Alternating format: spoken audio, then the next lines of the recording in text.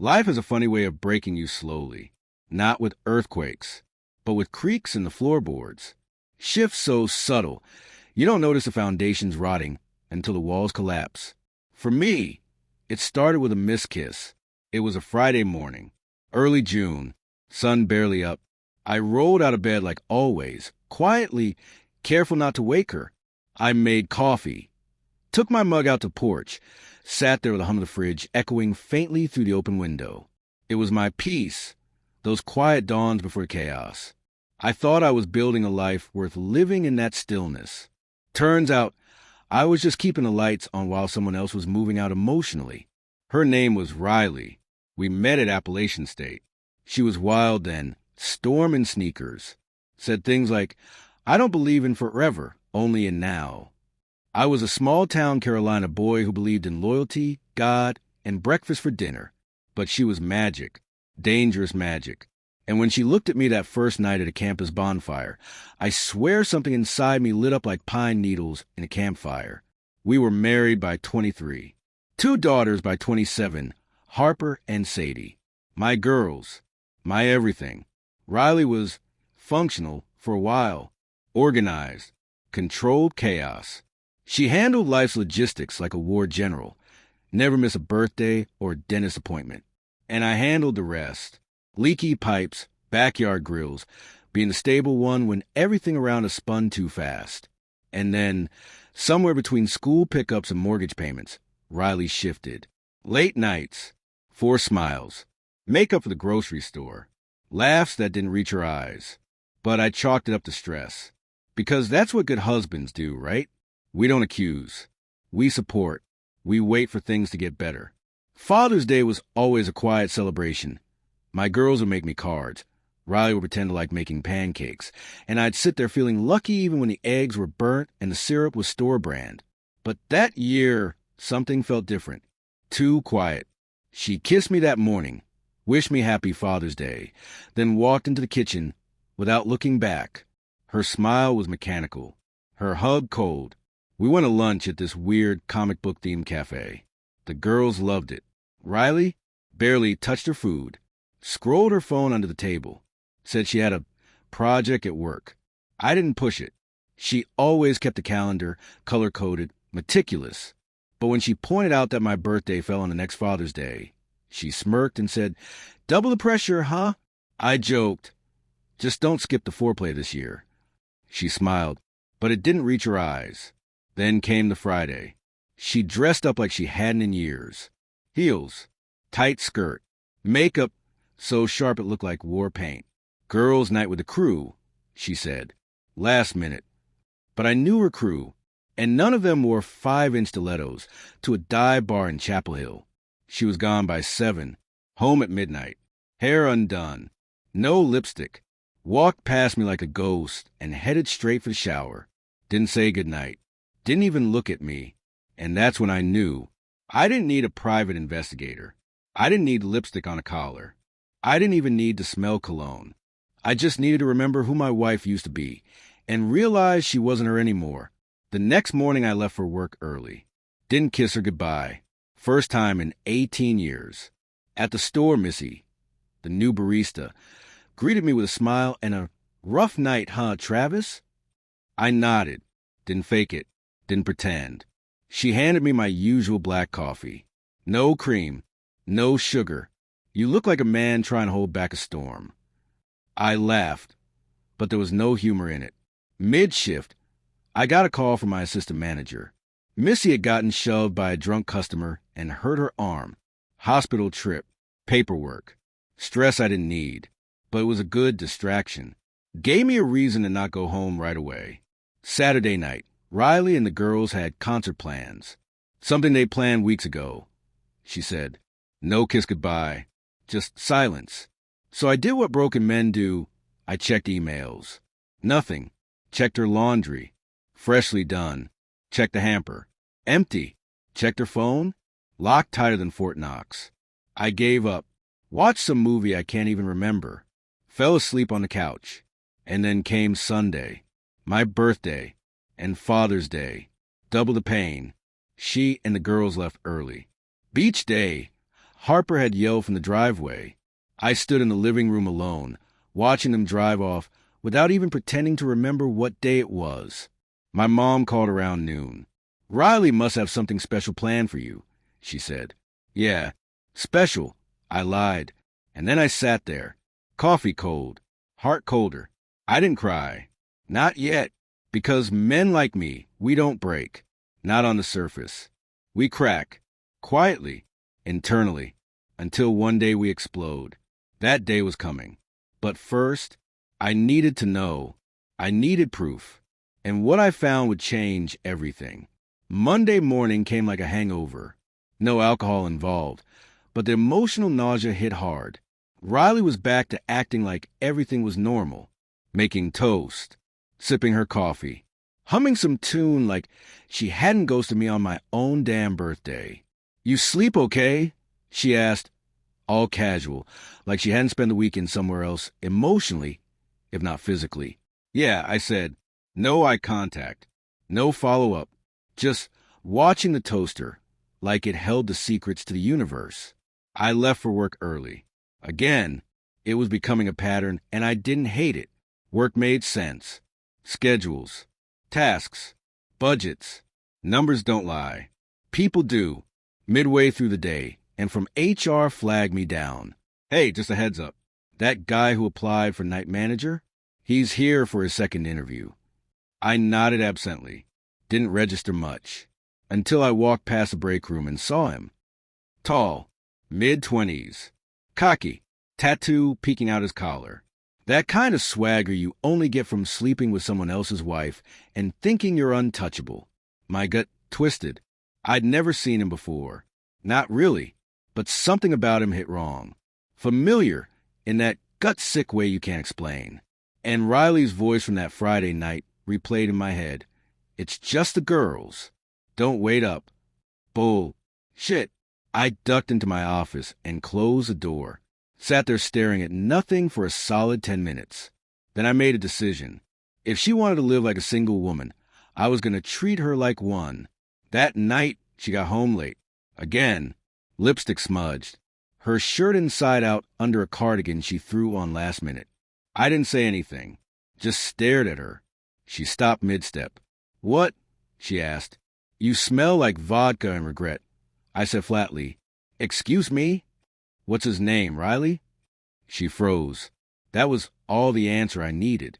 I stood up, walked past her, grabbed my car keys. "Where you going?" "To remember who I was before you made me question everything." I drove for hours. Ended up at the old dock where I used to take the girls fishing. Wind was cold. Water was still. I sat on the edge and lit a cigar I'd been saving for a special occasion. Divorce felt pretty damn special now. My phone buzzed. "Missy, you okay? You looked off today." I almost didn't reply, but then I did. My wife's cheating. Birthday was yesterday. I spent it alone. So, yeah, I've been better. She sent back a single message. "Damn, you want company or space?" "Neither," I wrote. "I want a reset button." She didn't text back. Not for an hour. And then, "If you find that button, let me know. I'll bring wine." Tuesday morning. Riley was trying. Sort of. Made breakfast. Bacon. Toast. Eggs. "Your favorite," she said. I ignored the plate. "You're mad." "No," I said, drinking my coffee. "I'm done." She flinched like I'd slapped her. It was just one night. It didn't mean anything. "Then why did you make it everything?" I asked. "You could have talked to me. We could have worked on it.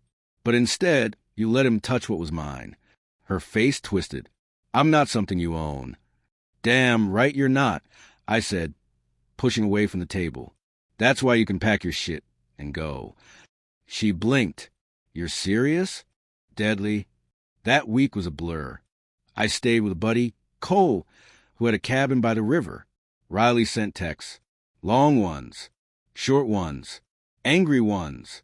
Tearful ones. I didn't answer a single one. My lawyer gave me the checklist. Bank accounts, custody options, asset division. It was all cold. Clinical, but necessary. The girl stayed with her. I didn't fight it. Yet, they didn't know the full story. Harper texted me, "Why aren't you home? Did you and Mom fight again?" Sadie sent a voice message, "I miss you, Daddy. Come back." I cried listening to that one. Then I blocked Riley on everything. Not out of hate, out of survival. I needed distance. I needed clarity. I needed a life where I wasn't an afterthought in my own marriage. By Friday, I was back at work. Missy saw me walk in and handed me my coffee before I even said a word. "You look lighter," like a man who finally stopped holding his breath. "I think I've been drowning for years," I said. Didn't even realize it. She gave me a look, half sympathy, half something else. "You'll be all right, Travis. Guys like you rebuild." And that was the moment I knew something was shifting again, not falling apart. Not this time. This time, something was starting. You don't realize how deep the damage goes until you try to rebuild. That weekend, I went back to the house, not to talk to Riley, not to make amends. I went because I missed my daughters, and I wasn't going to let their mother's mistake cost me them too. The front door opened before I could knock. Sadie launched into my arms like a rocket, burying her face into my chest, and I swear I felt my heart split in half. "I missed you, Daddy," she whispered. "I missed you more, Peanut." Harper stood a few feet behind, arms folded, eyes cold. "Are you moving back in or just here to check your mail?" I sighed. "I'm here for you. Both of you. That hasn't changed." Riley appeared behind them, barefoot, no makeup, hair messy like she thought looking broken would win her sympathy. "Travis, can we talk?" "Outside," I said flatly. We stepped onto the porch. The air was thick. Summer humidity wrapped around us like a vice. "You blindsided me with the lawyer," she said. "You could have talked to me." "Like how you talked to me?" "When you snuck out to sleep with some stranger while I was planning your birthday dinner." Her mouth opened, then shut. "Good. I was confused," she muttered. "I didn't know what I wanted." "You wanted options," I said. "And now you're living with the consequences." She looked like she wanted to cry. "I didn't care. You're still their mom, Riley, but you're no longer my wife. And I'm not the man who's going to pick up your mess anymore." I turned and walked back in, without waiting for a response. That night, I took the girls out for burgers and milkshakes. We laughed. We talked. Harper even smiled. Just once. But it was a start. Sadie asked, "Are you going to find a new wife?" "Not in the market for one," I said. "But maybe someday when the dust settles." "Can it be someone nice?" "Someone who doesn't cry all the time." "That's the plan, kiddo." We drove home in silence, the good kind, the kind that doesn't press down on your chest. At the front door, Riley tried to speak again. I held up a hand. "This is about them, not us. Don't confuse the two." She stepped back. For once, she listened. The next few weeks were war. Not with her. With her people. Her sister. Her mom. Even her goddamn yoga instructor decided to DM me on Instagram, saying I needed to be a man and forgive. I ignored all of it. I wasn't about to let anyone guilt trip me for walking away from a dumpster fire I didn't start. The only one who didn't lecture me was Missy. She just showed up, not always with words, but with presence. She brought Mia to the park one afternoon while I had the girls. The way Sadie played with Mia, like they'd been best friends for years, made something tight in my chest loosen. Harper sat next to Missy on the bench, chewing on her straw, watching them. "She's pretty," Harper said. Missy raised an eyebrow. "You talking about Mia or me?" "Both." Missy laughed, and Harper smiled again. 2 in 1 week. Miracles were real. That night, Missy and I stood in my driveway. "You okay?" she asked. "No, but I'm better. Progress." She leaned in and kissed me. Soft, no pressure. Just warmth. I didn't pull away. Inside the house, the girls peeked through the blinds. Sadie whispered, "Daddy's got a girlfriend." Harper just grinned. And for the first time since everything blew up, I felt like maybe, just maybe, I wasn't losing a family. Maybe I was building a better one. Closure doesn't come wrapped in bows or delivered by apology. Sometimes it wears steel-toed boots and shows up in a courthouse. The divorce hearing was scheduled for mid-September. Neutral courthouse. Neutral judge. Nothing neutral about the air in that room. Riley showed up in her best fake remorse. Hair done. Makeup just right. Blouse open a button too many, like she still thought charm could fix what her choices broke. She had her lawyer. I had mine. And my lawyer had receipts. See, I'd spent the past month gathering proof. Phone records, bank statements, GPS logs, even a few not-so-anonymous tips from folks who'd seen her out with Mr. Mystery Man. I didn't need to catch them in bed. I just had to show a pattern, and the judge saw it. So you're alleging infidelity? The judge asked calmly. No, Your Honor. I said, I'm confirming it. Riley flinched, and her lawyer leaned over to whisper something frantic. The judge raised an eyebrow. And Ms. Barnes, you can test this? She opened her mouth, closed it. Then finally, it was one mistake. The judge nodded slowly. One mistake doesn't undo 18 years, but it does change the tone of this proceeding. Boom. We didn't even get to mediation. The judge ruled in my favor. 50-50 on the house, but no spousal support. She made enough to live. And I wasn't about to bankroll her midlife crisis. I walked out of that courtroom lighter. Not happy. Not whole. But free. Outside, Missy waited on the bench near the parking lot. Legs crossed, coffee in hand, and Mia chasing pigeons like they were dragons. How'd it go? She asked, standing up. I'm not married anymore. She nodded once. Good. Ready to start over? Working on it. Mia ran up and hugged my leg. Can we get pancakes now? Best idea I've heard all day. We loaded up the car and headed to this little diner on the edge of town. The kind with cracked vinyl booths and the smell of bacon cooked into the walls. And there, over pancakes and crayons and spilled orange juice, I realized I wasn't rebuilding alone. A week later, I was at work when in buzzed my office. You're going to want to see this. I walked out the front and saw him, the guy, Mr. Friday Night. He was applying for a job, manager position. I stared at him. He stared at me. Small town, I said. He blinked. Didn't know you worked here. You knew who I was when you slept with her. You can lie to her, but don't lie to me. He didn't say anything. Just swallowed. I walked away, told him to process his paperwork. Then I waited. Second shift. Parking lot. I dropped a $300 TV into the back of his car. Model we had in stock. Called security. Next morning, the footage showed him driving off with it. Fired by noon. Charged by Friday. Was it petty? Yeah. Did it feel good?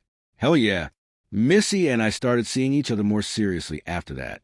It was quiet, comfortable, not fireworks, but a slow burning fire that felt safe. The girls came around too, more than I expected. They didn't just tolerate Missy. They liked her. One night over dinner, Sadie blurted, "She's way cooler than Mom." Riley would have exploded at that. Missy just laughed. Harper added, "She listens. Mom used to talk over us." I didn't say anything, just watched Missy blush, while Mia proudly explained how she made a paper dragon that day. And right then, in that noisy kitchen full of mismatched laughter, I thought, this is what healing looks like. Messy, imperfect, but real. Time doesn't heal all wounds. It just gives you the clarity to decide what's worth keeping and what needs to be left behind.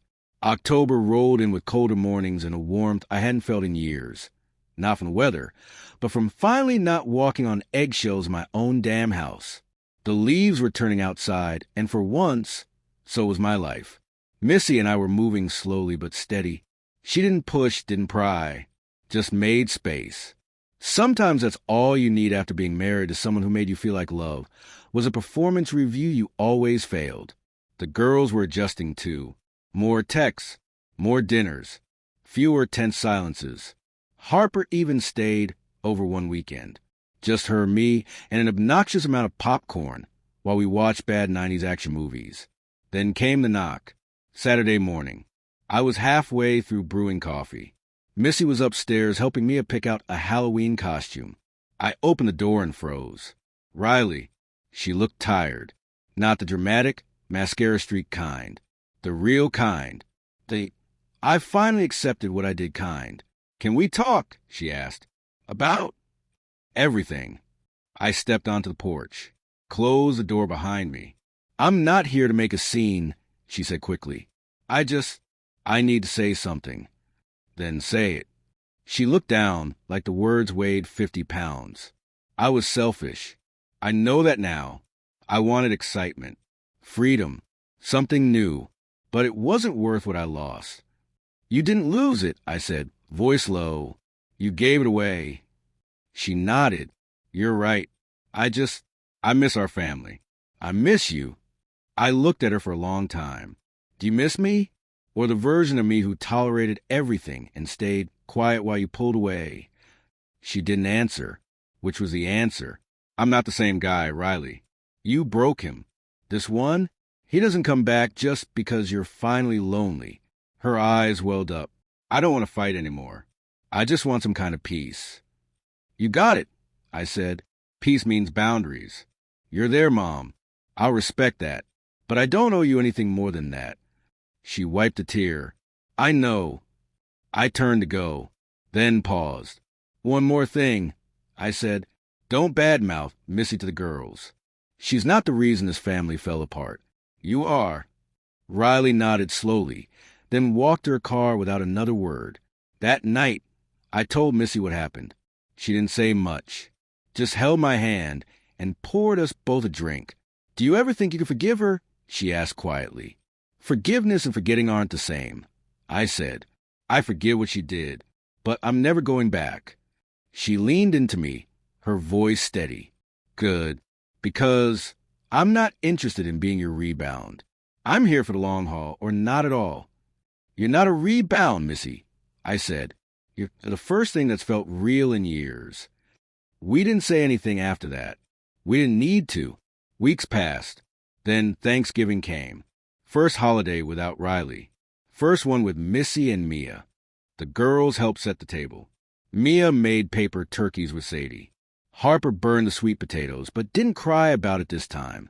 Missy cooked a killer stuffing, and I grilled a turkey, because of course I did. And when we all sat down at the table, 2 families, 1 mismatched tribe, I looked around and felt something I hadn't felt in years. Home, not the house, not the name on the mortgage, not the wedding photo buried in a drawer. Home was the laughter, the forgiveness, the damn honesty of it all. Riley was a chapter. Missy? She might just be the whole second book. Grief has a weird way of sneaking up on you. Not always loud, not always sharp. Sometimes it shows up in the middle of a good day, whispering from the back of your mind, reminding you that not everything lost can be replaced. Christmas was around the corner. The first one without my mother. The first one in my new life. I stood in the attic one morning, pulling down the holiday bins, and found her handwriting on an old cardboard box. Travis, for the girls. Inside were ornaments she'd saved over the years. Some broken, some tacky, all full of memories. I sat on the floor for a while, holding a glitter-stained snowman Harper made in 2nd grade, and just let it hit me. The silence, the stillness, the finality of it all. Missy found me an hour later, still on the floor. You okay? She asked gently. Yeah, I said, even though my eyes gave me away. She didn't push, just sat beside me, fingers lacing into mine. The girls came over that weekend. We decorated the house together. Mia insisted on putting the star on top of the tree, and the girls lifted her like it was a mission from God. Later that night, we all sat around the fire, cocoa in hand, and I read aloud one of Mom's old Christmas stories. Harper cried. Sadie curled into my side. Missy ran her fingers through Mia's curls while the little one dozed off. It wasn't perfect, but it was beautiful. On Christmas morning, I woke to laughter. Real laughter. Not forced, not strained. The girls were in the kitchen with Missy, trying to make pancakes. There was flour everywhere. Mia was dancing in her PJs. And for a moment, I just stood in the doorway and watched. This was my life now. Not a consolation prize. Not a rebound. A damn good second chance. We opened gifts. Missy got me a watch with Day 1 engraved on the back. I knew what she meant. The first day I stopped surviving and started living. After breakfast, Harper pulled me aside. "I'm proud of you, Dad, for leaving when it was time to go, for starting over, for not letting Mom ruin you." I didn't know what to say, so I just hugged her hard. Sadie joined in. "I like Missy and Mia and this house, and I like how you smile now." That one almost did me in. Riley sent a text that afternoon. Just a picture of the girls' old stockings, still hanging in her living room. Captioned, "It's quiet here." I didn't respond. Some silences don't need to be filled. That night, Missy and I stood out on the deck, watching the stars. Mia was tucked in. The girls were asleep in the guest rooms. "You okay?" she asked again.